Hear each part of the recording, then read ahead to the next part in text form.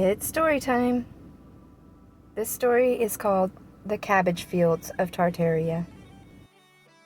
In the days of our ancestors, long ago, when Tartaria stretched across endless plains and cities with towers of glass and copper domes, there lived a young man named Arik. He was no scholar, no warrior. He was just a curious wanderer who had grown tired of hearing only half-truths from the elders who ruled the citadels. On the edge of the steep, beneath a sky that seemed too wide to even hold a secret, Arik came upon an abandoned estate.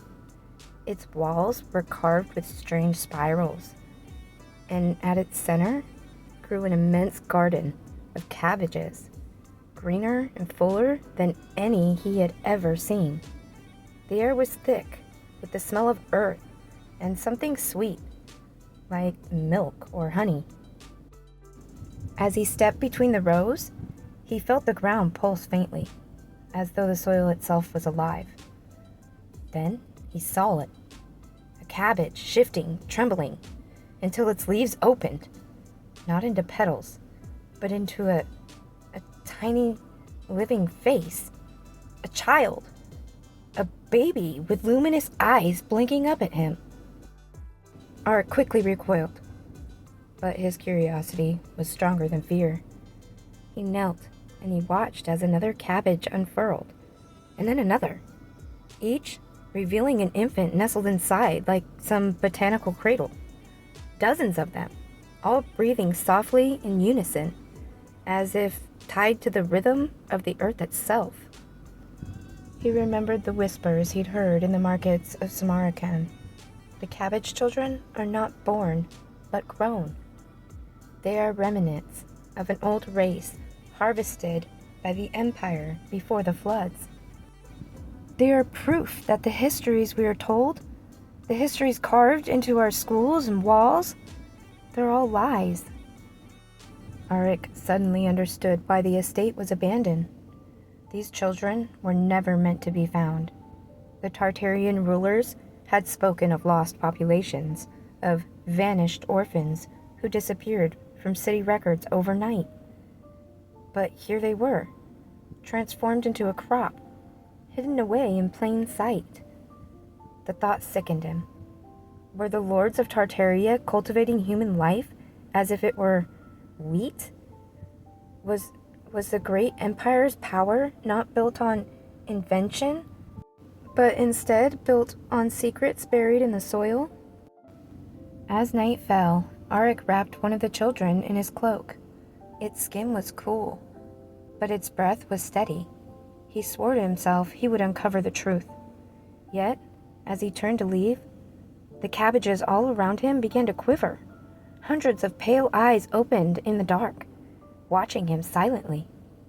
And from the shadows of the ruined estate, he could hear the faintest rustle of voices, not from men, but from something older, something that had once ruled the land before humans.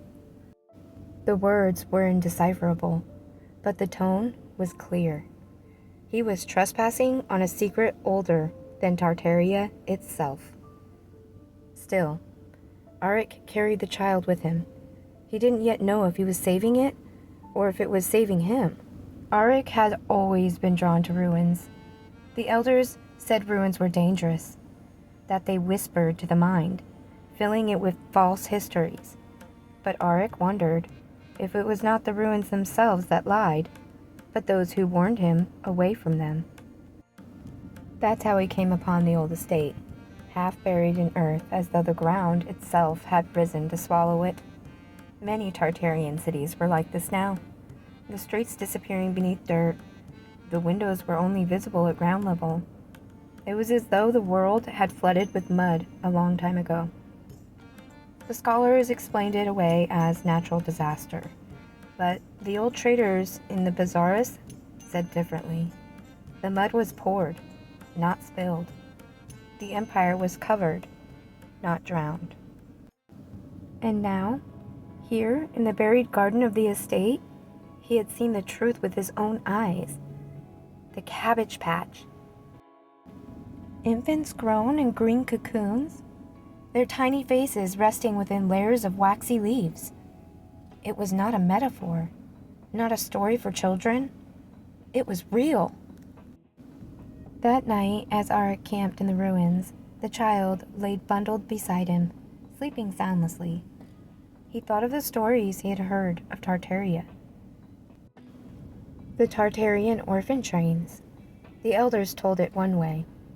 After the mud floods, so many parents had died that the Empire gathered the lost children and carried them to safety.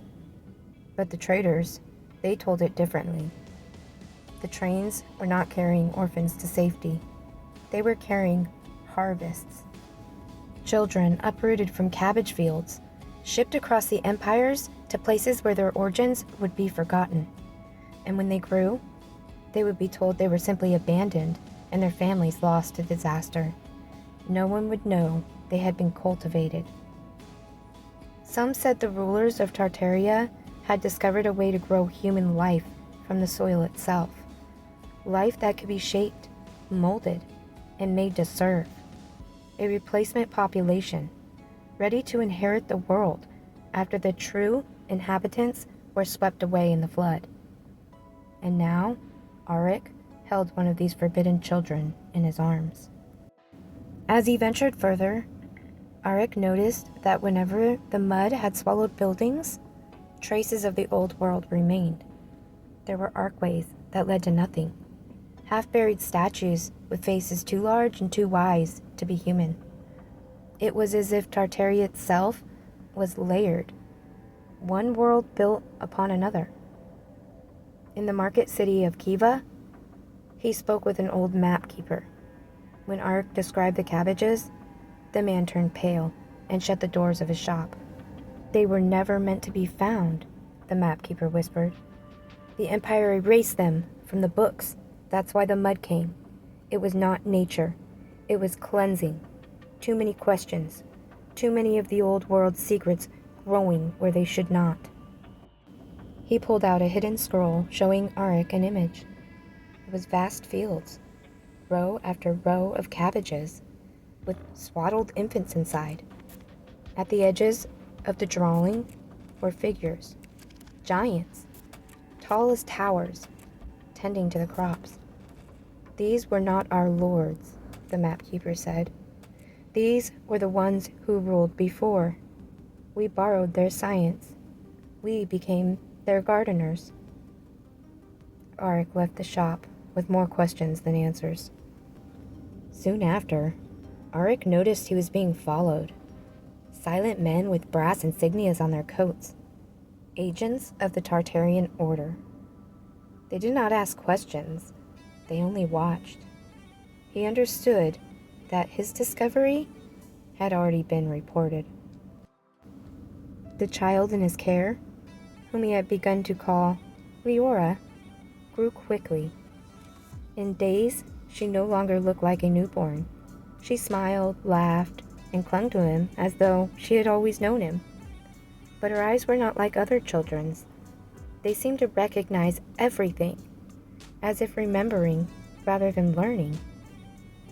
One night she spoke a word that froze Arik's blood. Return. She was not asking, she was commanding. The cabbage field had not simply been a hiding place. It was a nursery for something far larger, an entire generation waiting to be introduced into the world. Arik's path led him to the Grand Archive. It was a forbidden library beneath the citadel. Hidden among the chronicles, he found a volume sealed in iron clasps. Within it, written in the old tongue, was the truth. The rulers of Tartaria had struck a bargain with ancient beings, giants, or perhaps gods, who had once walked the earth. These beings had mastered the cultivation of human life. They taught Tartaria to grow replacements, to manufacture obedience, to erase inconvenient bloodlines. The mud floods were not an accident. They were resets. Each time the truth grew too visible. The world was being buried.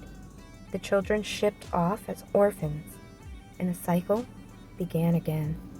The Cabbage Patch was not a fairy tale. It was the engine of history itself.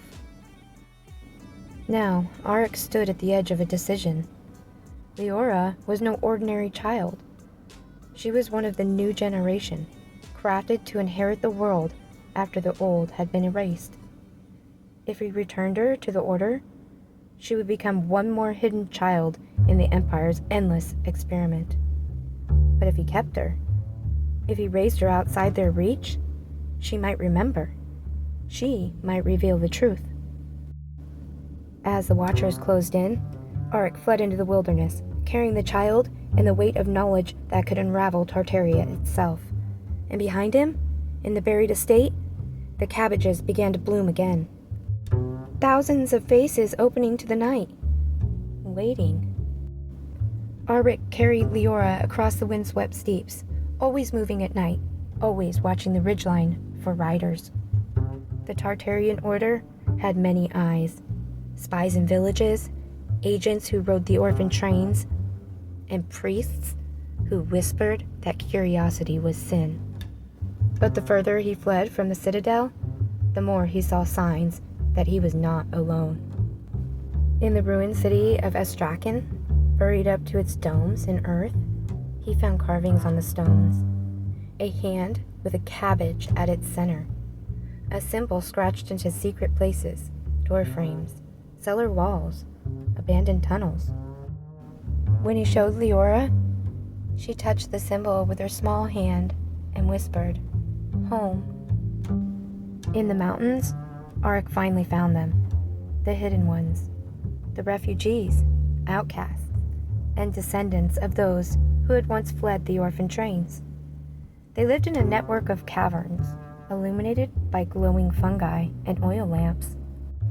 Their leader was a woman named Saga, who had carried herself with the poise of both queen and fugitive. "We have waited for someone like you," she told Arik. "Most who find the cabbage fields are silenced before they can flee, but you carried one of them away." She looked at Leora. "This one is different. She remembers." Saga explained what the Hidden Ones had preserved, that every few centuries, Tartaria suffered a reset. The mud floods would come, the cities buried, and the children grown in the fields would be distributed as replacements. History would begin again, and with no memory of what came before. "But not all resets succeed," Saga said. "Some children remember their true origins. Some refuse to obey." As Leora grew, she began to speak more words. Words in a language Arik did not know, yet understood in his bones. She would wake in the night crying, saying she saw the tall ones, giants with hands like spades, who planted seeds not in soil, but in wombs, and harvested them when the time was right. One night, she drew a map in the dirt, a sprawling network of fields, stretching across the Empire, hidden beneath the mud. "These are the gardens," she said softly. "This is where they wait." Arik felt a chill. Leora was not just remembering, she was guiding. The Order never stopped hunting. One day, black-coated riders descended into the valley where the Hidden Ones lived. They came with fire, collapsing caverns and dragging captives into chains. Saga was taken, and many were slain. Arik fled deeper into the mountains with Leora, but before she vanished into the smoke, Saga shouted, "Take her to the Ark." Arik didn't know what the Ark was, but Leora nodded, as though she did. Their journey took months, through ruined cities where only the roofs showed above the dirt, through forests where the trees grew all twisted around each other. At last, they finally came to a valley where the mud had cracked open, revealing the top of a colossal structure of bronze and stone. Its surface was etched with spirals.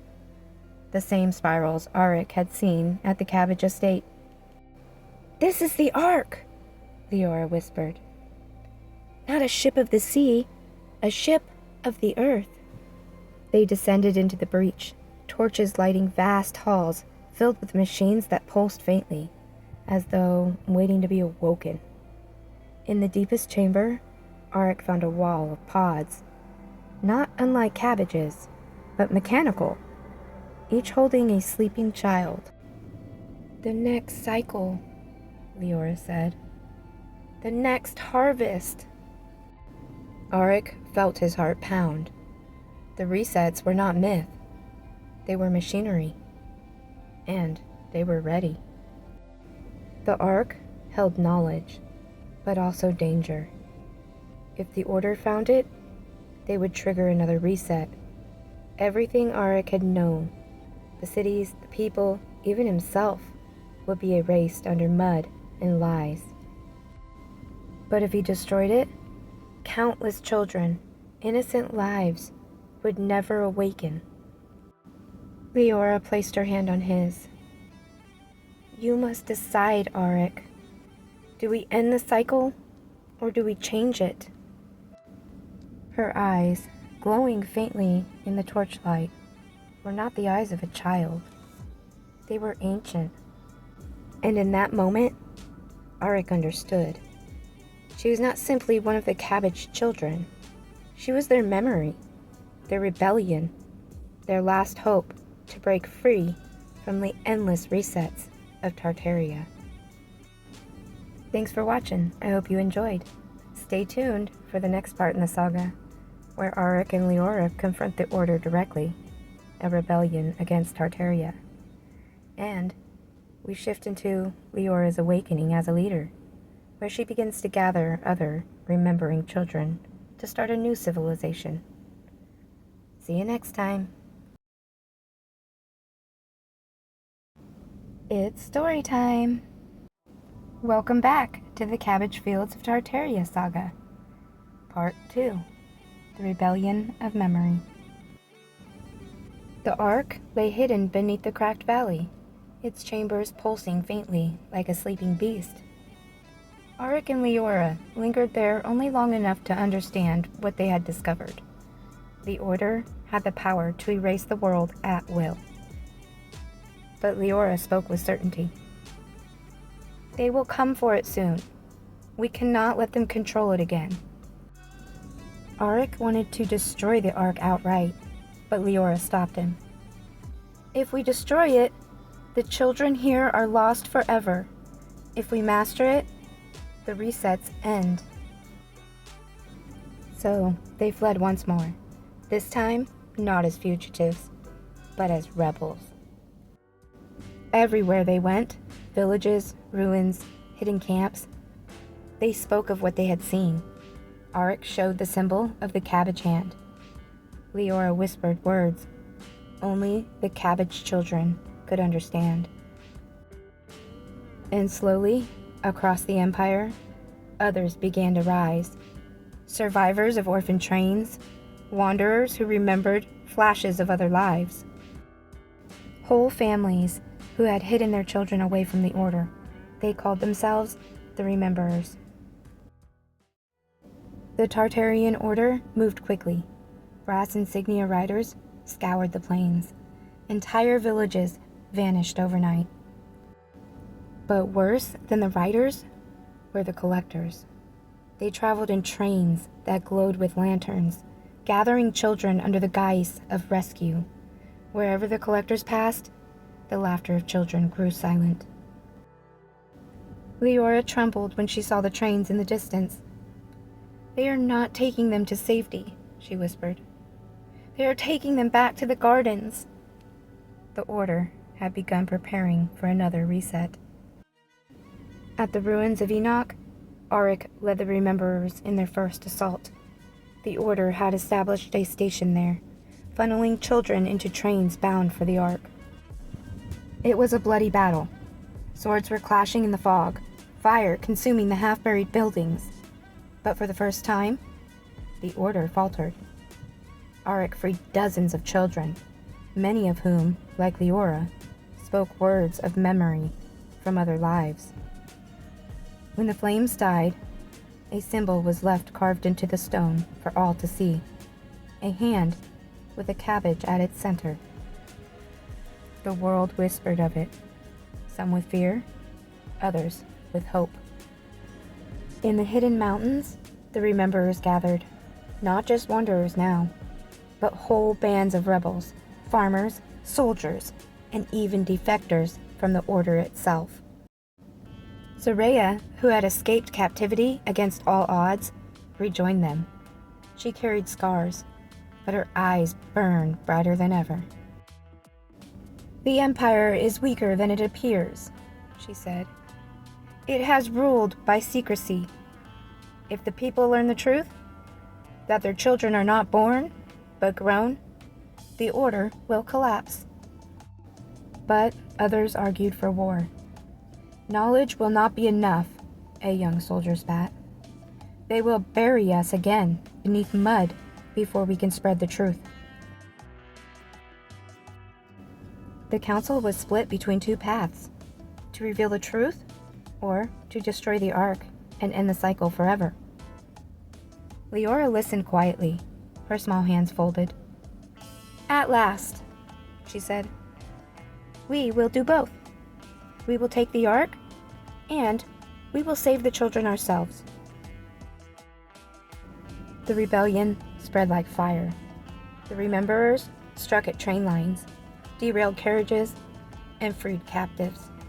They carried symbols of the cabbage hand, dubbed on walls and banners. The Empire called it heresy.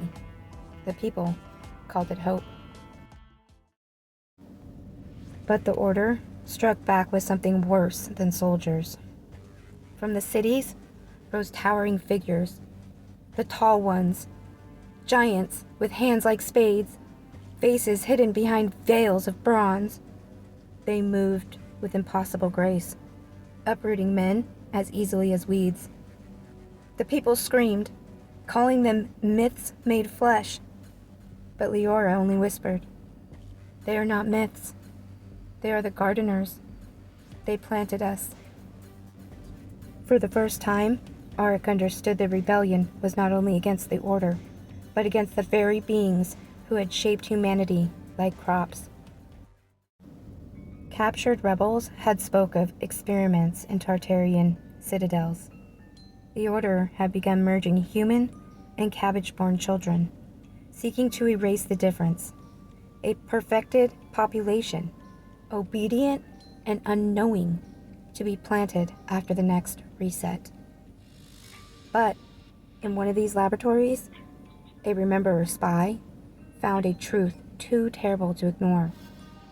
The rulers of Tartaria themselves were not born of women. They were grown. The Empire was ruled by the harvest. The rebellion had no choice. The Ark beneath the earth was the source of it all. The resets, the children, the false rulers. Auric, Soraya, Leora, and their army marched towards the valley where the cracked earth revealed bronze spirals. They were hunted by the Order, stalked by the tall ones, but they pressed forward. Leora grew older each day, faster than any natural child. She no longer seemed like a girl, but like a young queen. Her voice commanding, her eyes glowing with memory. "This is not only our war," she told Auric. "This is the war of every cycle. We are the first who remember. We must be the last." The sky split with fire as the Order unleashed its full power. Mud rose from the ground as if pulled by invisible tides, threatening to bury the rememberers alive. But Leora stood at the center of the battlefield. Her voice rising in the ancient tongue. The Ark answered her.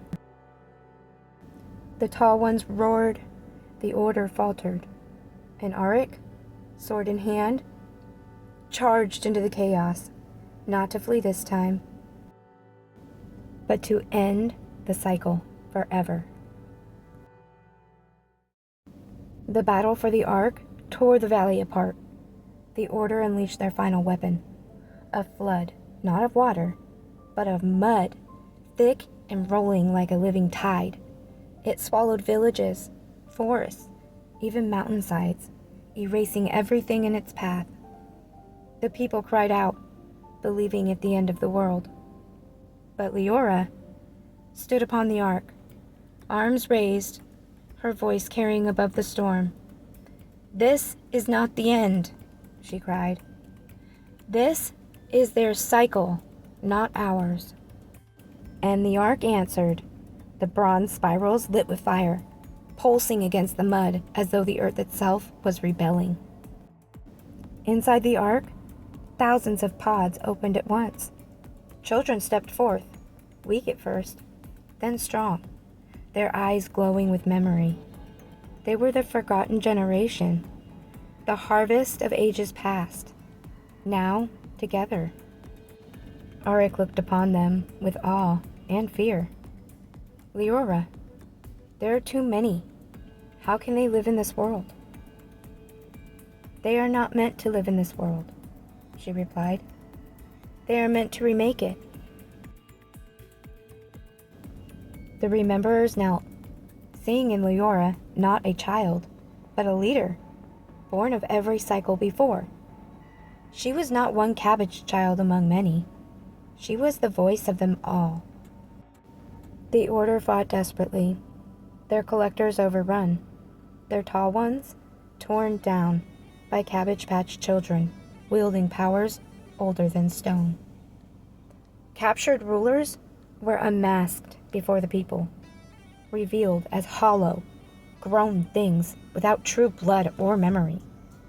The empire crumbled in a single night, not from war, but from truth unveiled.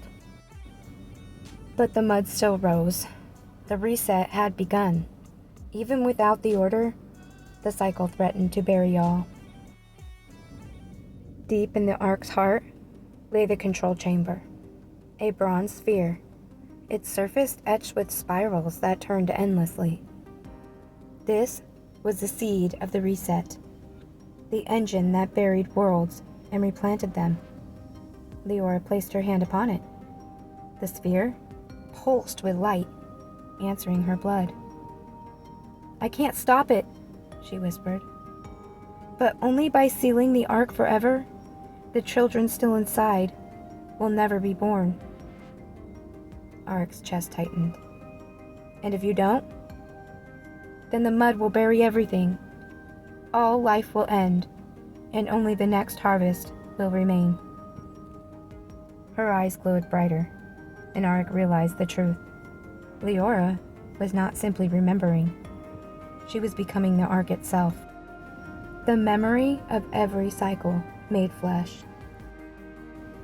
The mud rose higher, drowning the valley, tearing down mountains. But then it stopped, frozen in the air as though time itself had halted. The Ark shuddered. Its spirals glowed like suns. Leora looked at Arik one last time. "You carried me when I was helpless. Now, I carry them." And with that, she vanished into the bronze sphere. The mud collapsed back into the earth, sinking away as though it had never been. The sky cleared. The Ark was silent. Arik fell to his knees, knowing she was gone, yet not gone. The world itself now carried her memory. When the sun rose, the land was changed. The mud had retreated, leaving fertile soil where wastelands had been. The buried cities stood whole again, their windows no longer underground. The Rememberers wandered in awe. The resets had ended, not by erasing, but by restoring. And from the Ark, there came no more children, but those who were reintroduced stood among the living, no longer hidden, no longer crops. They were the new people of the world. And Arik, though older now, carried their story forward. He told of the cabbage fields, of the orphan trains, of the false rulers. But most of all, he told of Leora, the child who remembered, who chose not to destroy, but to rewrite. The hand with the cabbage at its center became their banner, not of secrecy, but of truth. Thanks for watching. I hope you enjoyed the story. See you next time.